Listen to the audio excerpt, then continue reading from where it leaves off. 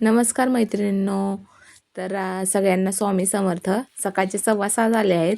तर आता बघा, माझ्या मुलीच्या टिफिनसाठी मी मटकी तयार केली आणि तिला टिफिनमध्ये खरबूज होतं एक घरी फ्रूट, आणि ते दोन्ही मिळून तिला टिफिनमध्ये दिलं. त्यानंतर तिला सोडून आली आणि सोडून आल्याच्यानंतर माझ्यासाठी चहा ठेवायला घेतला. त्याच्यामध्ये टाकलं आपलं जे चहाला टाकतो ते चहा, आणि मी ब्लॅक टी घेत असते, कारण की मला ॲसिडिटीचा खूप जास्त प्रॉब्लेम आहे. त्यामुळे मी ब्लॅकच टी प्रेफर करते. मग छान तोपर्यंत झाडून वगैरे मारून घेतलं. झाडून मारले तोपर्यंत स्लो गॅसवरती चहा ठेवला, आणि मग नंतर चहा ओतून घेतला असा छान. आणि मग सकाळी एकटीच असते, त्यामुळे मग एकटीसाठी चहा बनवला, चहा घेतला. चहा घेऊन नंतर पूर्ण अंघोळ वगैरे उरकून घेतली, झाडू वगैरे मारून घेतला, आणि छान अशी दरवाजामध्ये रांगोळी वगैरे काढून दिवा वगैरे लावला, आणि छान असे आज मस्त देव घासून घेतले. कारण की देव जर थोडेसे 2-3 दिवस झाले की मला असं चांगलं वाटत नाही, त्यामुळे मग मी देव घासून घेत असते.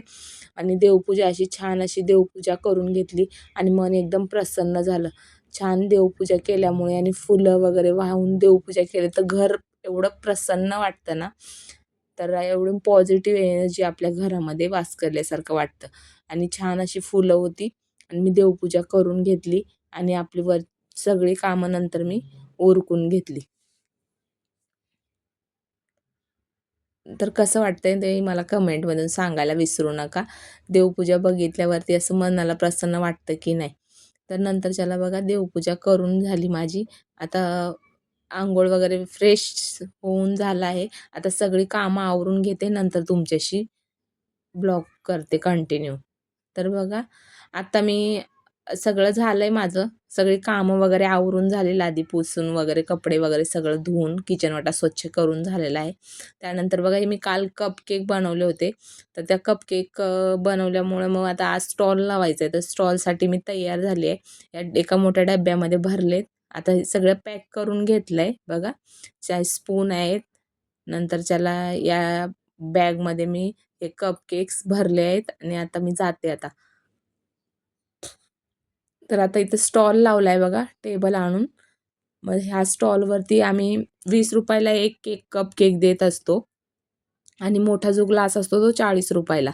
खूप कमी प्राईस ठेवलेली आहे, का तर लहान मुलांना घेता यावा, आणि फ्रेश आणि एकदम होममेड फ्रेश आणि प्युअर व्हेज असे कपकेक असतात, आणि मुलंही आवडीने खातात. तर असे बघा सर्व कपकेक आम्ही विकायला घेतले. लावला स्टॉल, नंतर की मुलं सुरू होतात यायला. या शाळेचं लोकेशन आहे डॉन बॉस्को स्कूलच्या तिथे.